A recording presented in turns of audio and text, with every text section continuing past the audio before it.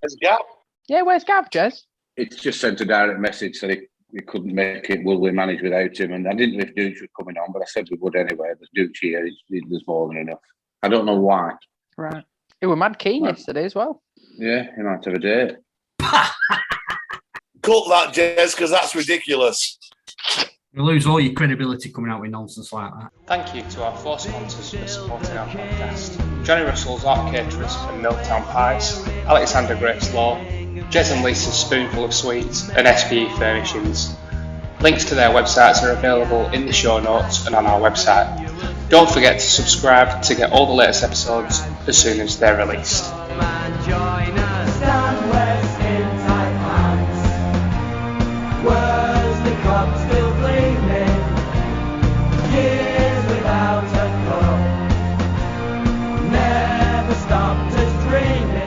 Hello everyone and welcome to the Housecast Cricket Club's podcast, which is run by volunteers for volunteers to have a good time and a good laugh. It's going down a storm. People are loving the updates from the players and from us people who are trying to bring it to you about how the games have gone over the last few weeks. So without further ado, we'll go to my own booker, my best friend, Joe Martin. How's it going, Joe? I'm very well, thanks, Jez. How are you? Yeah, good, thanks. Yeah, I will say, how are you? We've had 2 very long chats these past 2 days, so I know how you are. Yeah, we did. We had 11 laps around the ground yesterday. It felt like 11. It felt like 11 afterwards, just catching up, putting the world to right. No, but it was good to have a catch up there, Joe. I mean, the game didn't go as we'd have liked, but c'est la vie, and you got a decent game in yesterday. Yeah, it wasn't a bad. So how are you going? Are you keeping all right though? Away from cricket, everything okay? Yeah, fine. Just busy at work, but we're all right. Yeah, that's good. We've also got one of our original co-hosts on. We've got Joe Beneducci. Hey, Joe, you okay? Yes, great. That's good. We haven't caught up this weekend, but we had a bit of a catch up the weekend before, I think. Have you watched much cricket over the last couple of weeks we're going to talk about? Yeah, I've watched it all. I've watched every first-team game, barring yesterday's loss to Todd. I went to watch the second's second-team captain give me a bit of a dig because I've not been over to watch any of their games, so I went over there yesterday. Brilliant. That's good. That's great. Thanks, Joe. That's good to get an input for browsing working from scorecards or the live streams and play cricket. So we're going to talk through. We've got probably 4 or 5 games. Conversation as how we're going to improve or what was good, what was bad. But before we go there, we've got the second team captain on with us this evening. We're going to talk through the second team season, how it's been from start to where we are now. So just welcome once again onto the show, Matt Hope. Hiya, Matt. How's it going? Yeah, very good. Thank you, Jez. Yeah, all good. That's good. I know obviously because we chat a lot about it. How's the season gone?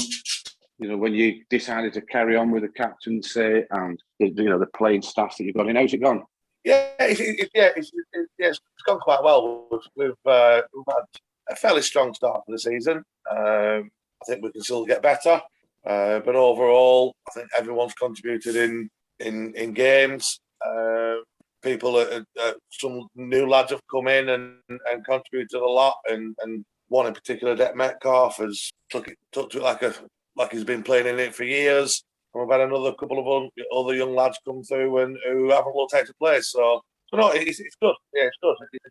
We've had a couple of off days, but nothing ridiculously bad. Just a few moments where we haven't been as good as what we could be. But overall, no, I'm fairly pleased with how we started, really.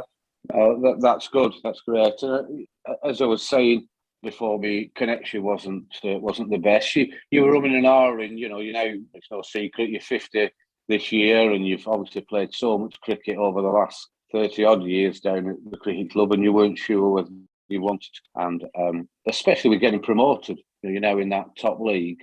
Any regrets about carrying on, and also what do you make of the promotion in the league? I've no regrets in carry on. At all. It's getting harder, and it's harder than it was last year from my own personal point of view with regards to my body, basically, and how it's to recover. But this is the second year that we've been in the top division, and from what I can see, it's just getting stronger and stronger.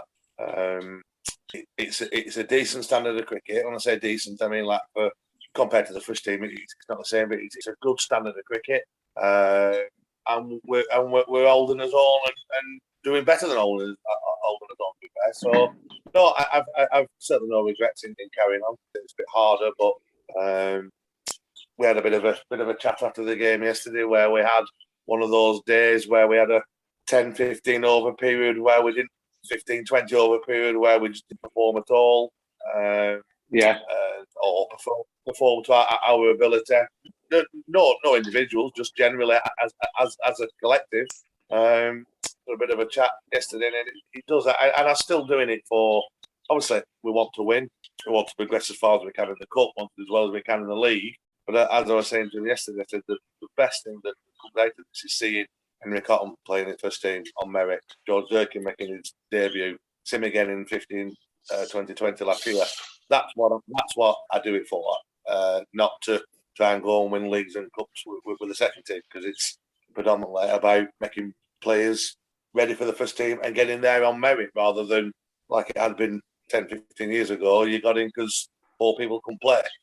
So that's what I enjoy about it, and that's what really made me carry on for another year, because I knew all the lads we had last year were all a year older. They're not 15, 16 now. They're all like 16, 17, 18. So this is now when they should be pushing and putting pressure on people in the first team. So no, but it's been good. It's been a decent start. No, that's and all credit, Matt, for the way you've described that and pushing those young lads through and giving them massive amount of experience. And they're also getting older. We all think Henry's still 12, and and Sharpie and people like that. They're all still young kids. They are coming to the age now where they are becoming established players in the seconds or pushing for the first team. Joe Martin, what these players have come through your coaching regime, etc. Do you agree with Matt there, or is it more about let's start winning trophies in the seconds and things will develop themselves? I agree with Matt.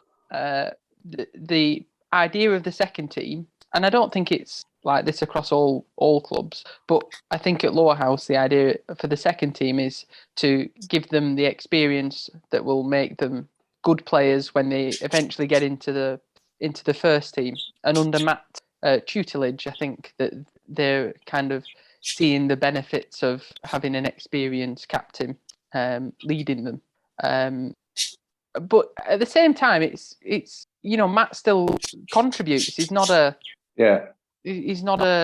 sort of non-playing captain. He still contributes and does very well. Yeah, which is important, and whether it's on and off the field, and I'm sure that having a second team captain that has played all those games in the Lancashire League will help with the not just the selection, but the discussions that go on with you, Dooch. Is that about right? What's your thoughts on the way the second team's gone this year and Matt's carrying on and the standard that they're at now? Big question, that, Jez. Yeah. Well, I think where they're at generally, I think they're in a really healthy spot. And if you look at the way that our second 11 sort of lines up against other clubs, you look, the vast majority of our second 11 are young lads who would hopefully play in the first team at some point. Not all of the clubs go down that route. Even yesterday against Enfield, you look down that side. All right, we lost yesterday, but they haven't got many potential first team cricketers in their second 11, and a lot of other clubs are in that position. I'm not slagging anybody off. That's just the way that some clubs are made up. We are picking our second team very much with an eye on future first team players, and if we can be semi-successful with a young team, then I think that's better potentially than mopping up trophies with an old team full of lads who are never going to play any higher.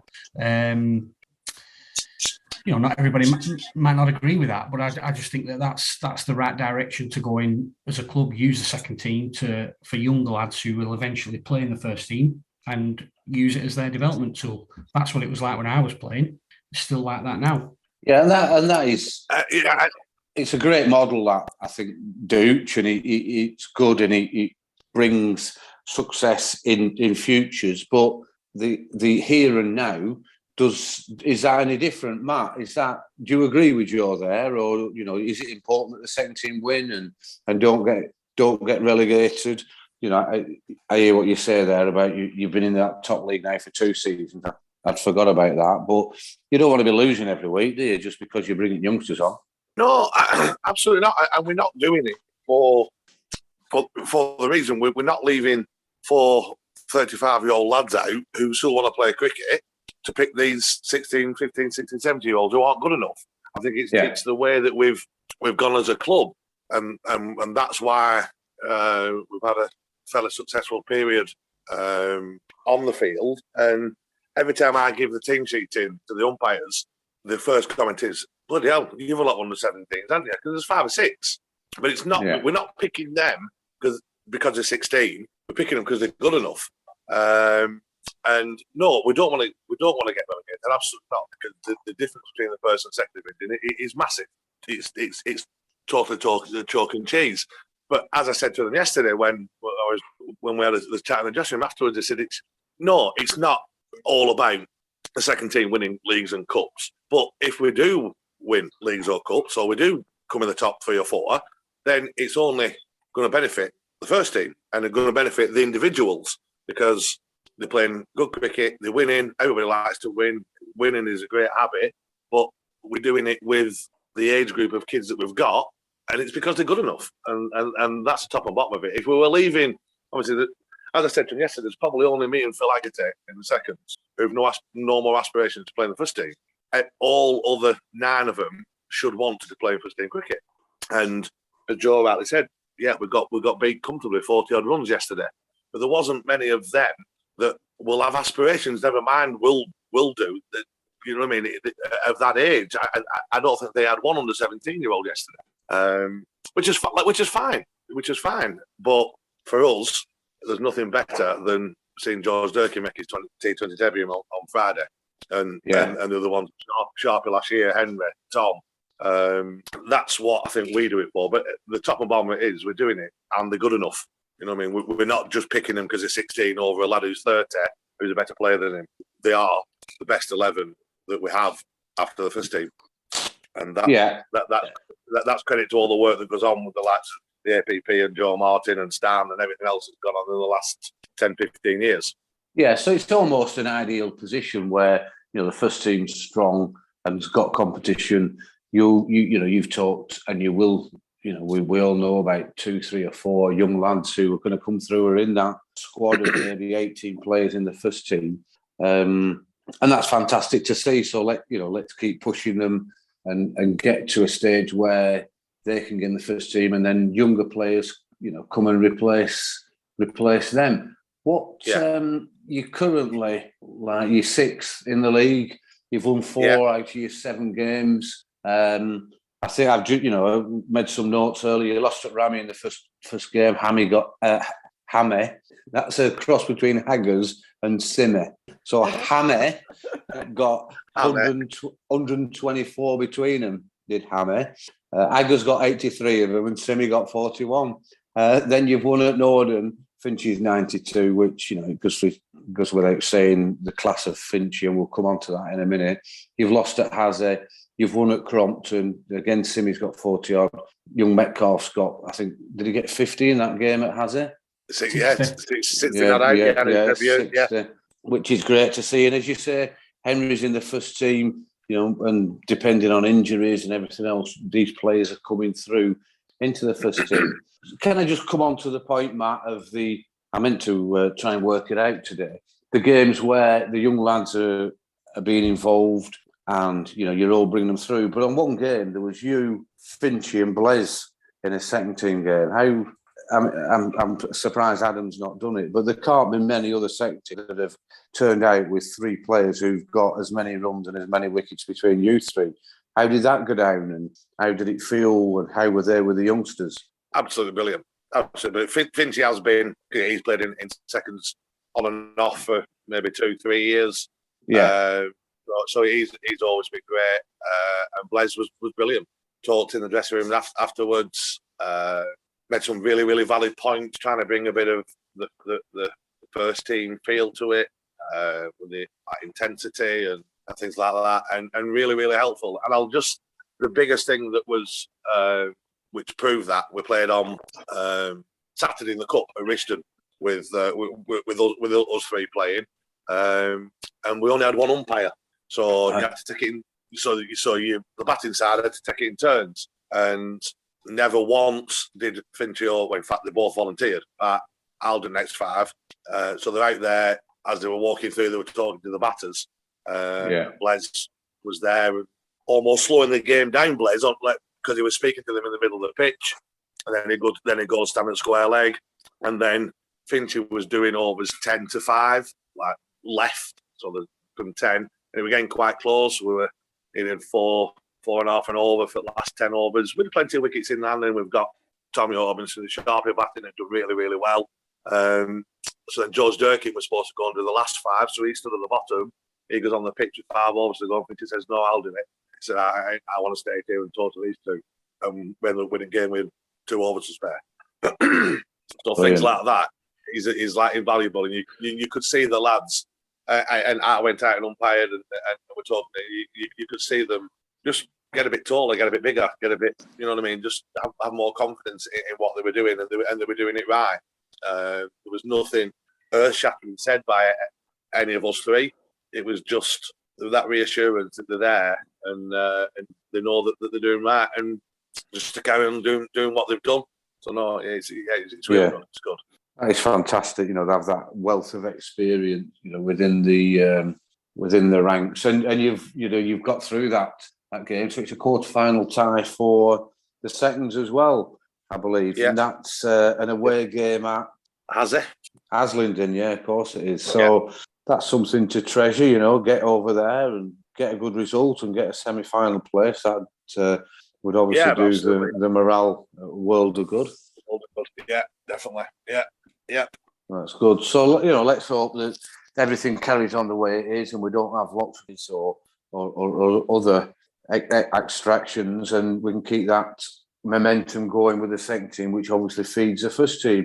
Joe Martin, is there, we talked about a couple of games there. We don't want to dissect them all inside out. You mentioned earlier a few points about Matt and his bowling. What's your observation around that? Well, actually, that he's still contributing. And I don't think, as he said, I don't think it gets any. I don't know. This is demoralising, isn't it? Christ, man. No, you're right.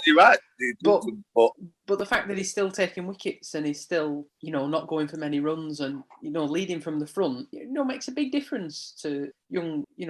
I think it shows that somebody back in. And I think the other thing as well to give Matt credit for is I think this is the first, and I don't know if Dooch feels the same way as the person in charge of selection, but I don't know whether it's but I think this is potentially one of the first years where there is still competition for place in the first. Typically we would have a squad of 11 or 12 from they're doing really well this year.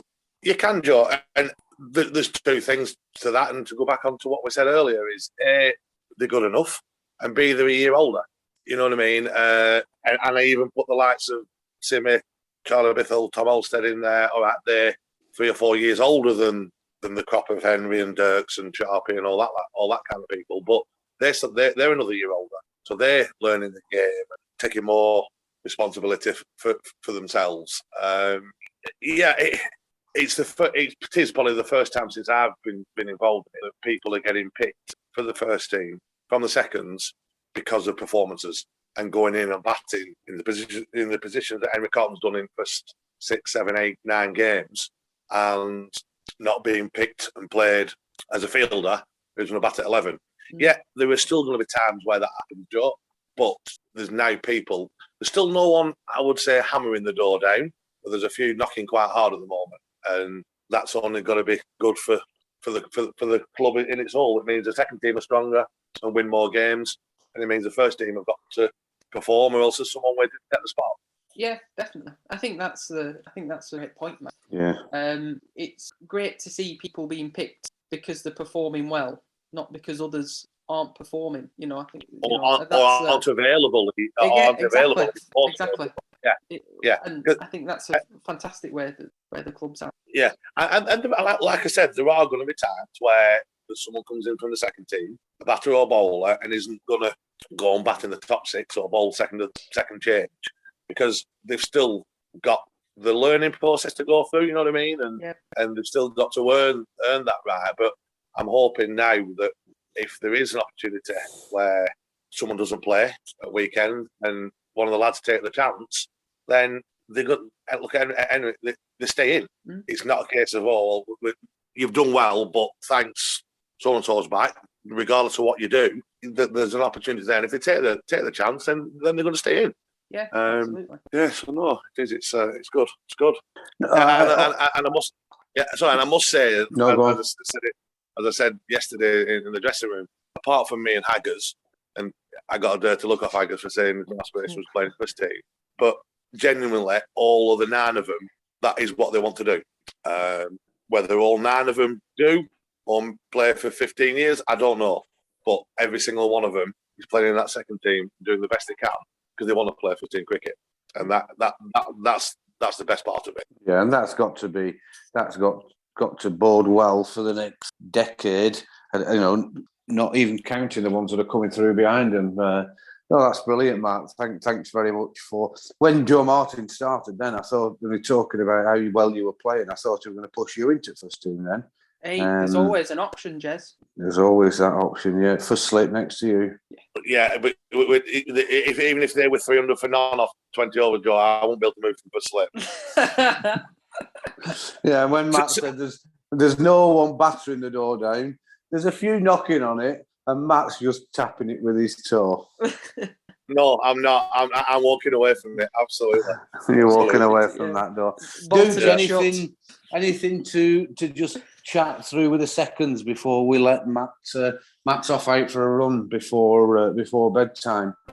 So he has to leave us in the next 5 minutes. Dude, anything you want to mention before he goes? Not really. They're doing very well. They've lost a couple of games, but that's to be expected. I thought they were unlucky yesterday against Enfield. A few things just didn't go our way.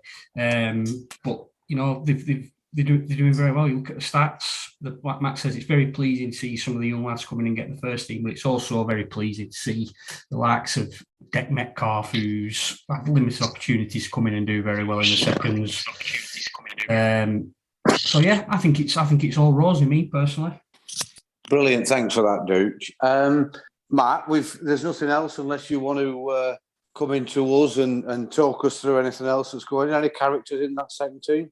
Oh yeah, there's still a few characters. Yeah, the fine committee is getting more a lot stricter. You can't do anything.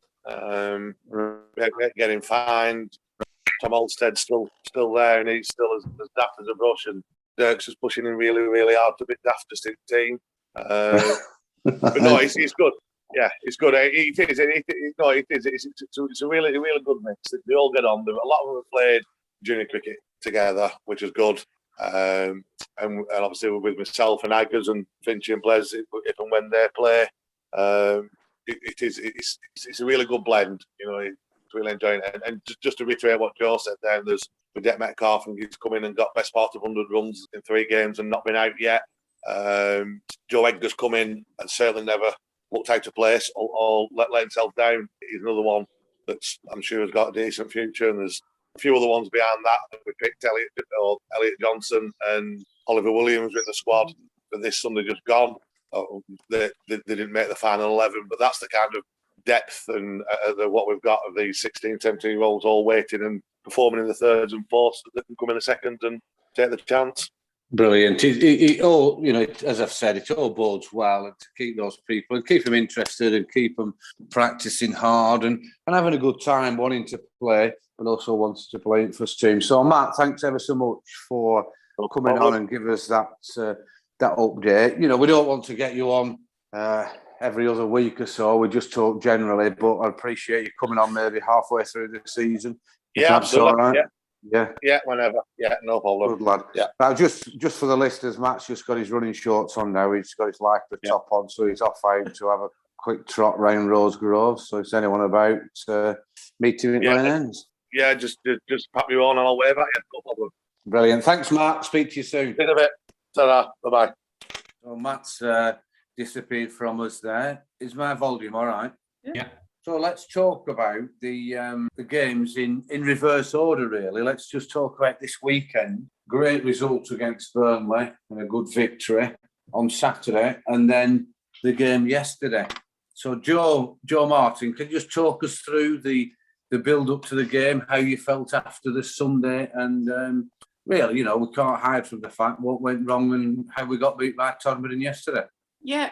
I could talk about the Sunday game first, which has left me dejected, to say the least. But they're pro-battered extremely well. Some things quite go our way. That happens, and they ended up getting quite a big score.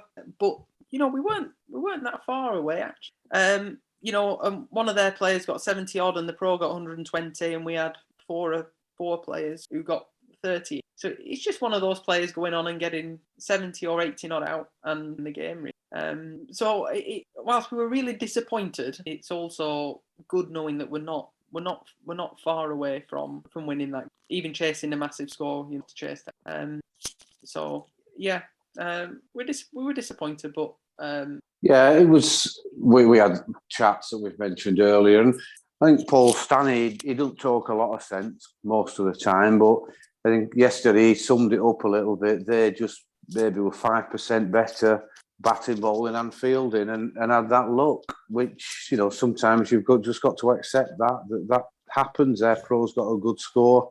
But that happens, really. I think it's fair to say, Dukes, you were over at the seconds, weren't you, as we mentioned earlier? So yeah. You didn't see yesterday. Yeah, you didn't see what went on. But I think there's no qualms about the defeat at all. I think they deserved it. But we move on. We move on from that. Is it what I'd like to mention now and see what if any of the listeners have any comments about this, if they want to tweet or whatever else they can do. This league is not going to be won by a team only losing 2 games. It's going to be good old long season. There's going to be no one finishes at the bottom having only won a couple of games. Do you agree with that, Joe Martin? That it's so strong this year that's going to happen? Yeah, it's extremely competitive, I think. And if you look at all the teams, anybody can beat sort of anybody. I know it's horrendous, but the results show that already. That you would expect some of the games we'd expect teams to win, they haven't done. Teams have pulled results out of the bag, so it's really competitive and be interesting. Been really interesting to see early on. Yeah, there has been some real interesting results when you look at the league table and bottom beats top. The weekend before last, I think it was, that were happening regular. But then when you boil it down, you look at the sides who were in the bottom. They're no dummies. They are. That's going to happen, and we won't talk about previous years when there were some clubs. So yeah, we just got to keep battling away and, keep performing the way we have, and we'll be fine. We'll be fine. We'll have top 3 or 4 places if everyone keeps working the way they do. So let's go on. Jez, just before you move on, just about where we're going to finish in the league, I sat with Joe at Middleton when we played at Middleton, and it was getting into the dicey end of the run chase. And Joe had his batting gear on, ready to go in, which ultimately never happened. But he looked a bit worried, and I said, "What's up? Are you nervous?" He went, "I just don't want us to get relegated."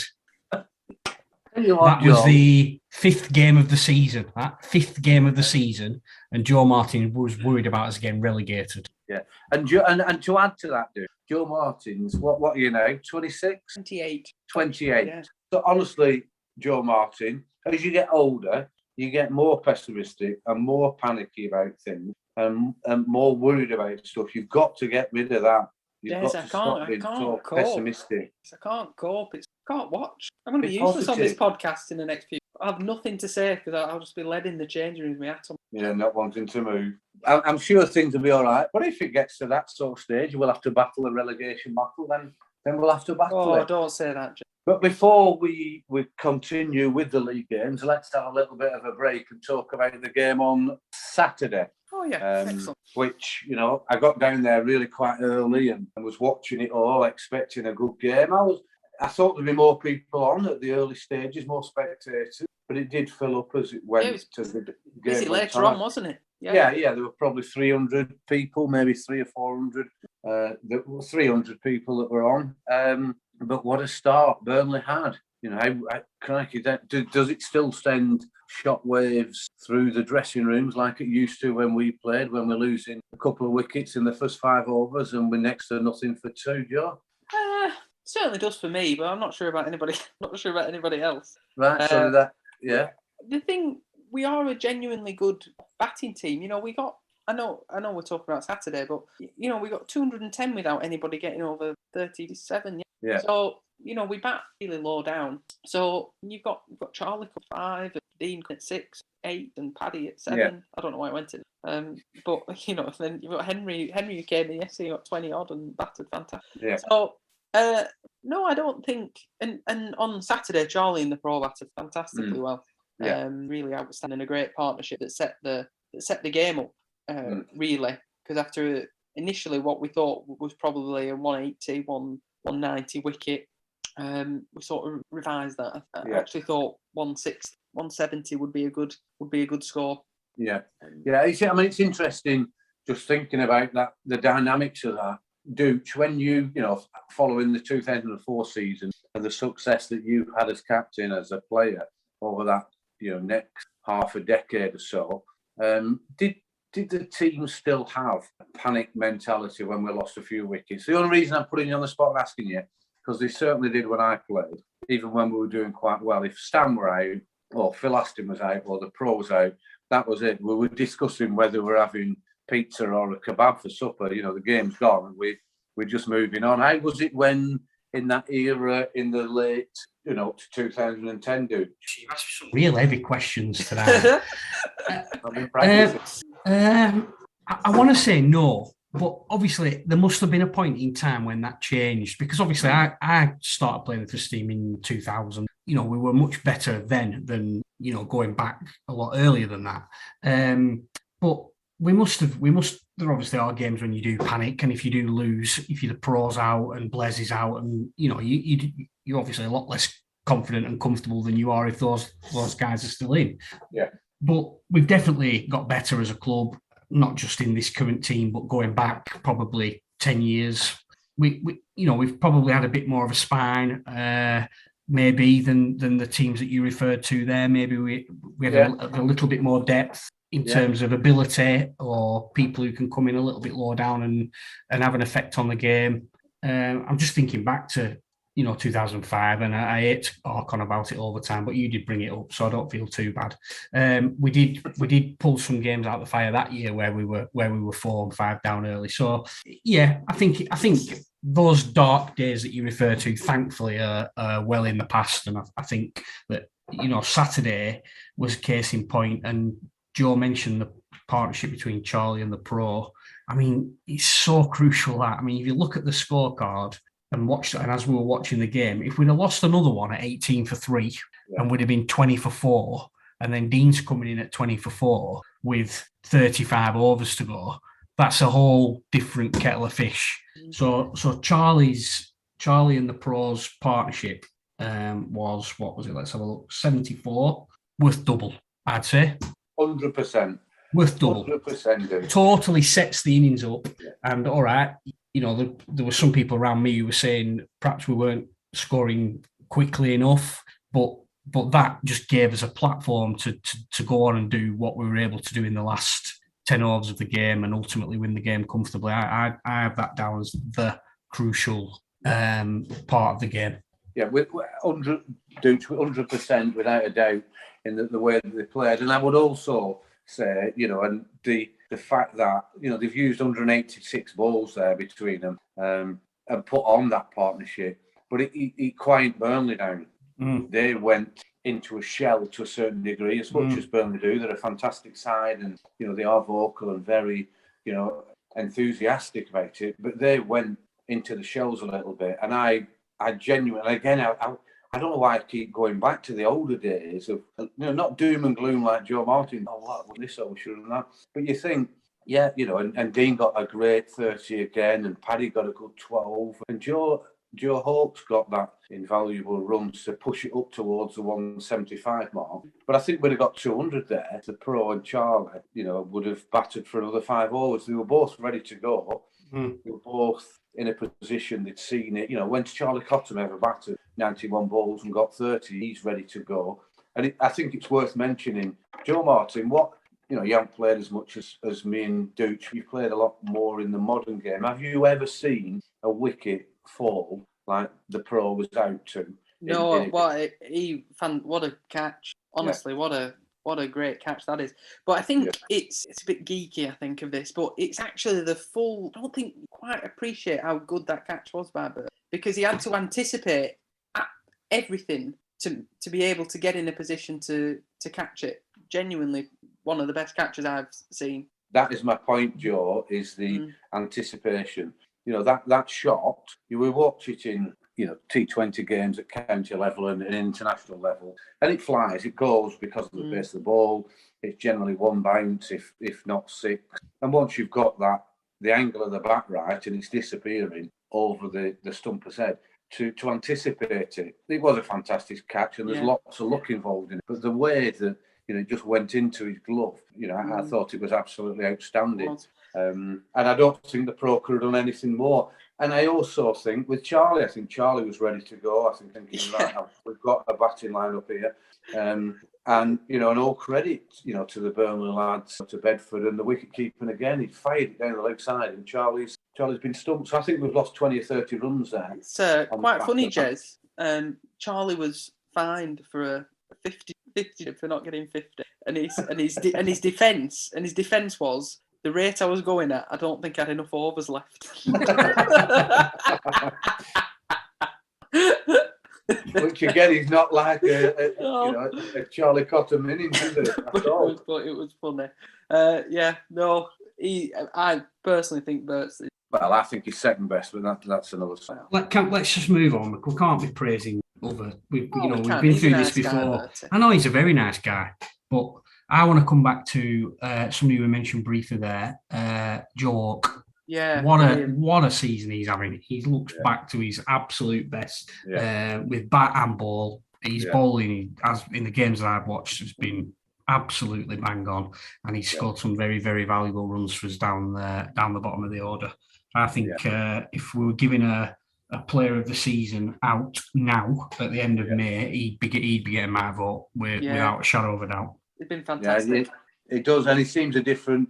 He's always been a badly done to, hasn't he, Joe? He's always woe is me, and he still has that. He still bowls those absolute corkers that pitch on leg stump, just move enough to go over the top of off stump, but miss the outside edge. He still does it, but now they are getting nicks on him, and he is showing what a batter he is. When he was a young kid, he was a proper all-rounder, and then he lost that completely, I think. It may be after when he came back from proing, but I agree with you, Duke. He's really back to his best. So at half-time, you took it into your tea, Joe. Your thoughts then? Was it enough? Were you comfortable? Yeah, we were extremely confident.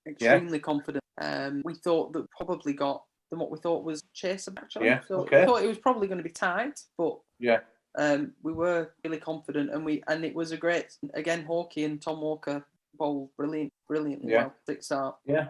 And that's good to hear that, Joe, that you are in that, because it goes back to what I was saying earlier about, Phil or Stan or, Iggy were out earlier for us. That we were just game over. You lads, you've got that confidence. And I don't think there's anything wrong with it. You're not arrogant. You're not over the top with it. You just believe, which is, probably 10% of the game. They've got some great batters there. And 170, we all know how hockey can bat all the way through for, 60 and lose 3 overs to go. But that's the way things go. So Hawkey and Tom Walker have bowled fantastically well for the first the first spell. Was Hawkey seems to have a little bit of extra pace going on, especially from that park end, which he's not. He's not a big fan on. He seemed to be coming through a little bit quicker. Yeah, potentially, but I think he bowls. So I think he bowls from the park end now more than from the clubhouse car park end. That people get enticed from the car park. The big booming outswings that nobody's. Yeah. Well, I was. Yeah. But so I think that that end really suits him. He's bowled well all week. It was brilliant. And Ian came on and bowled extremely well as well. So yeah, it was a good day. So they've got to, I think where they're in a position where we've got a chance of winning this really is probably 50, 58, late 50s for 4. Ocky's still in. There's still some good batters there. But then we get quite a few wickets going through there. Was that game over once we'd taken that middle order out, a Sharper pick up? I think if you've got Ocky there, I think they've always got a chance. He can bat the whole inning. He's 70 odd not out, can't he, with the game? And they also bat right down to number 11 as well. But we were also building a lot of pressure, so they weren't. It wasn't like they were 4 or 5 down and scoring at 4 and 5 and over. Yeah, they were going at 1 and less. Yeah. So I was growing in confidence, remarkable. Even you were. Yeah. No, that's good. So a great win. Yeah. And I'm sure you were. You all enjoyed the victory. And we move on, and we've got Clitheroe in the quarter-final at home on the, I think, 19th of June, is it? Yeah. So let's all look forward to that game. Duke, anything else around the cup before we move on to the 2 league games? Just a couple of quick questions for Joe about the sub-pro. Yeah. Ian, Holland, what's he like as a bloke? Seems a good lad from a distance. Yeah, absolutely brilliant. Great chap. Yeah, and can you recall any other sub-pros called Ian? Yeah. Well bowled, Ian. Ian Daniel, yeah. I don't think I was playing, but it was a Sri Lankan, wasn't he? And he against Bay Cup or something like that. I think it would have been 2000 and I just remember. Well bowled, Ian. I think he got a first bowler, and he got a duck and none for against Bay Cup, and in the change room after said how much he'd enjoyed playing with us and how we'd like to come back if we ever needed him, and he'd got a duck and no wickets. Yeah, we'll call you Ian. Thanks. Yeah, we'll let you know. But I think whilst Steve's been injured, we've done reasonably well. I think with sub pros, it's not easy to get sub pros at any. So. We've got some pros that have really fitted into the team well and have contributed. They've won certainly, but they have contributed 2 wins as opposed to being 100 not out and 6 wicket. Yeah, talk about he's back. So back. This has been such a bizarre episode. Jez? Yeah, I'm back. I just said to Dooch, when was the last time anybody was on mute? You're a Catholic, aren't you, George? Do you get in trouble for blaspheming at home? I know, I'm swearing. You've been very blasphemous on this call. Yeah, I know. I'm just lots of Jesus Christ. Yeah, well, I speak to him a lot. So we talked through there. I'm sure there's some technical issues going to come through for the listeners and understand that it's not as easy as it's been this episode for some reason. I don't know if it's my new Wi-Fi or what's been going on, but whilst you're talking about blaspheming, Dooch, I got a little story yesterday that I'd like to relay to you. Go for it. Joe, Martin and I have numerous circuits around the ground, and this lady, a lovely lady who knows Joe very well, is chatting to him every time we go past. And right out of the blue, I think it's 3rd circuit, she said, Joe, I'm really sorry about what I said, a few weeks ago. I'm really, I just can't believe that Father Brian is not really your dad. So I obviously prick my ears up and just sit back, and Joel gets all embarrassed. Well, and there's a few other people there. And the story is that this lady, who's known Joe since being knee-high to a grasshopper and knows Susan, has thought that Father Brian was Joe's father. Knew he was a man of the cloth, but didn't realise he was a priest of the Catholic persuasion, and he couldn't have really have been Joe's father. So it did tickle me a little bit, that. That is funny, yeah. Very funny. She full conversation with Father Brian. Enzo's.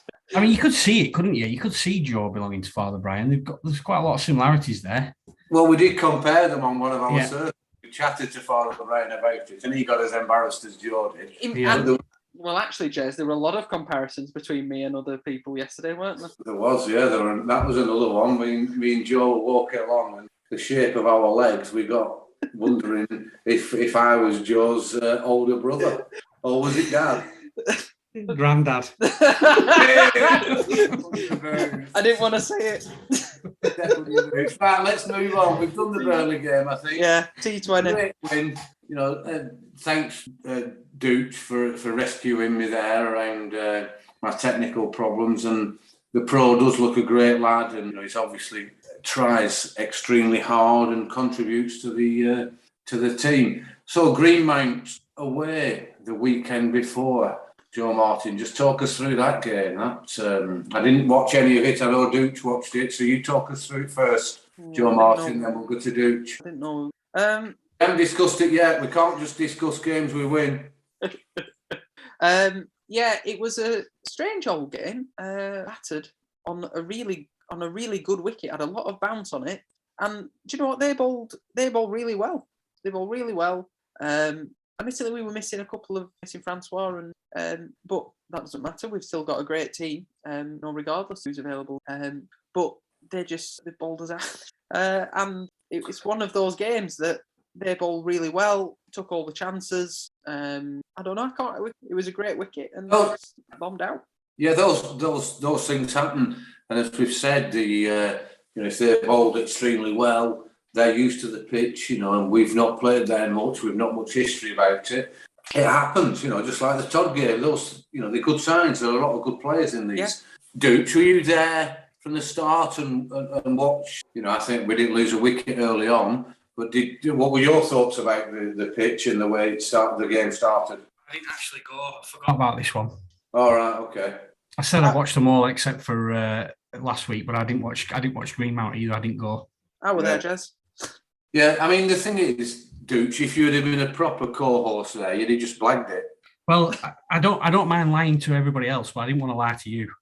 Oh. Right, well, so if you want to ask me again and I'll lie, but I don't mind. No, I think we can fly through it. Well, it wasn't a great day at the office. 104 all out us, and again, but saying that, we're still battered the 39th over, which is the ethos that Dean Barlow and Toxie and obviously Joe Martin have mentioned, that Ben is trying to push people now. We bat deep, we stay in the game for as long as we can, and obviously you've tried as best as you could against a good bowling attack, but they've knocked them off in no time. What's their pro like, Joe? The what's it called? Clifton Hughes. Chesney Hughes, yeah, that's it. He's he's a good player. Good player. Yeah. Very good. It was one of those days, Jez, where nothing went right. Hey-ho, we go again. Yeah, you move on. You move on from it. And then I think we've one more game to go through. Is that right? T20? The T20, yeah. Talk us through that, Joe. Well, so we're at Great Harwood. Yeah. We batted first. Got off to a pretty good start.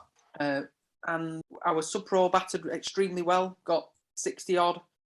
Really, we batted extremely well. And then when we came out to bowl, again, we were really disciplined. We bowled well. We didn't really give them anything to hit. And it was just a good game. Lots of youngsters playing in that game as well. So it was a really good performance. I think we've got Church away this week on Friday. So yeah, it was good, really good by everybody. It's good to see that. I didn't go to that. I don't know if Joe or Dooch went or not, whether I forgot or did. I did. No, I went to that one. But you look at the pro there, Dooch, 7 sixes out of his 67. Comprehensive win in your view? Yeah, they actually got quite close in the end, Great Harwood. It was never really in the balance, but they weren't a million miles away, and the pro got a duck. It could have been a lot closer, that game. But no, I thought we bowled particularly well, and like you said earlier, the pro with the bat was brilliant. And it's like I said, we don't historically do very well in that tournament.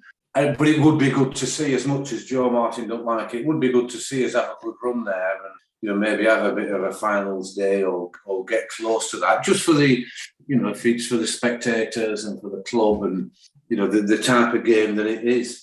I think it's worth mentioning now, Joe Martin, that we are looking at recording we've we can't guarantee it yet, but we're looking the game where we play East Lancs at home on, I think it's the 10th of June. We are looking at live streaming that game with commentary from guest commentators. So watch this space, Housecast listeners. And watch that space. And watch that space as well. So I've got a question.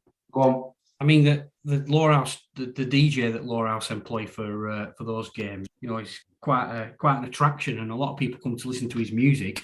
How will the commentary go on if there's music blaring out? I think we could manage it. I mean, he's very professional. It's the DJ.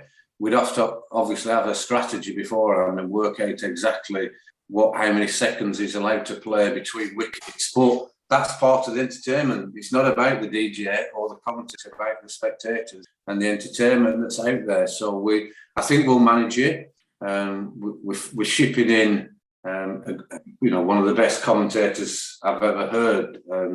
Go for it, Gav. He's gonna be the chief commentator with regards, running the names through and talking the spectators through. We just hope we can get the video link live and it all works okay. So watch this space for. I don't think Dooch will appreciate me saying this, but I don't think we give enough credit to our DJ. Who we would, you could argue, right, that he is, semi-professional. Because the way I think about it is, if you're a professional DJ, you get paid for it and you have big live events. If you're an amateur one, I don't know, you just do it in your. But he does it for free to, like 1,000 people in open air, like Burnley's David Guetta. Yeah. Yeah, has he got a few different names when he plays in different places? Oh, I don't know what he's like when he goes to Ibiza. We'll cut that out. But anyway, so let's look forward to that. We're doing all we can to bring the live stream with commentary, with guest commentators to the Lowerhouse game on June the 10th. I'm led to believe, I don't know where this technology comes from, but I'm led to believe it can be recorded and can be played back. So if there is any special moments, we can recall them. So that's for the benefit of the spectators. Is there anything else from you two before we wrap up? Nothing from me, Jeremy. Fantastic, thank you. Dooch? Very quickly, quirk of the fixtures. When we play Clitheroe in the Worsley Cup, we're now playing them Friday night in the T20, Saturday in the league, Sunday in the Worsley Cup. 3 consecutive days, the same club. I wonder if that's ever happened before. Really? Really. Home on Friday night in the T20, away in the league, home in the cup on Sunday. Crikey, that's I can't remember it happening before, Dooch, but I'm just wondering, does it benefit anyone? Is there going to be some thinking caps going on out there for some tactical different moves for each game? It's interesting. It's a good discussion point. So I don't think the T20 has much of a place. Our side will definitely be different for the T20. We'll have a different side out on Friday night than we will for Saturday and Sunday, I would imagine. Yeah. But there's certainly something about the momentum in both games. Yeah. Yeah, I suppose. And if you're in form and you're getting runs against a particular bowler, you're going to likely fancy yourself getting runs the next game, or vice versa. If someone's getting someone out. Interesting fight. Great point, Joe Beneducci. We'll have to have a look at that as we get nearer. So thanks everyone for listening. Thanks to Matt Hope for coming on and talking through the second 11, which is so good to see these young people, the young kids coming through and the banter that they'll be having. They'll be making so many memories in those dressing rooms. Thanks everyone for listening. Thanks Joe Martin. Thanks Joe Beneducci for coming on and sorting this podcast out. We still enjoy doing it. We love it. If anyone's got any suggestions or any ideas of adding extra bits in or new guests, then give us a shout. Thanks everyone for listening, and goodbye.